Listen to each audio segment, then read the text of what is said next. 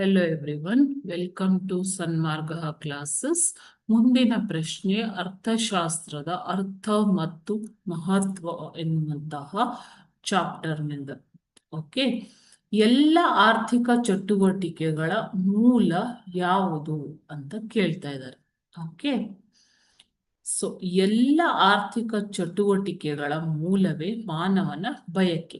ಮಾನವನಿಗೆ ಅಪಾರವಾದ ಬಯಕೆಗಳು ಇವೆ ಅಲ್ವಾ ಮಕ್ಕಳೇ? ಸೊ ಈ ಬಯಕೆಗಳನ್ನ ಸರಕು ಮತ್ತು ಸೇವೆಗಳು ತೃಪ್ತಿಪಡಿಸುತ್ತವೆ. ಓಕೆ, ಸೊ ಈ ಸರಕು ಸೇವೆಗಳನ್ನ ಕೊಂಡುಕೊಳ್ಳಲು ಏನ್ ಬೇಕು ಮಕ್ಕಳೇ?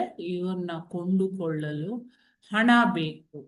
ಹಣದ ಸಂಪಾದನೆ ಮಾಡುವುದಕ್ಕೋಸ್ಕರ ಏನ್ ಮಾಡ್ತಾನೆ ಮನುಷ್ಯ? ಉದ್ಯೋಗವನ್ನ ಮಾಡ್ತಾನೆ.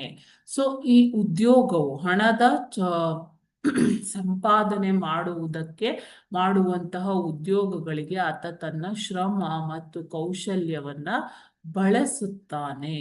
ಓಕೆನಾ?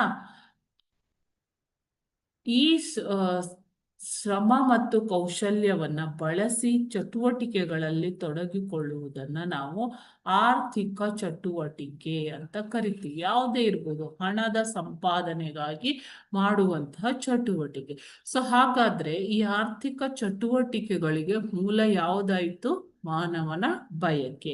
ಬಯಕೆ ಇಲ್ಲ ಅಂತಂದ್ರೆ ನಾವು ಹಣ ಸಂಪಾದನೆ ಮಾಡೋದಿಲ್ಲ ಅಂತಂದ್ರೆ ಉದ್ಯೋಗವಿಲ್ಲ, ಆರ್ಥಿಕ ಚಟುವಟಿಕೆ ಇಲ್ಲ. Okay, thank you.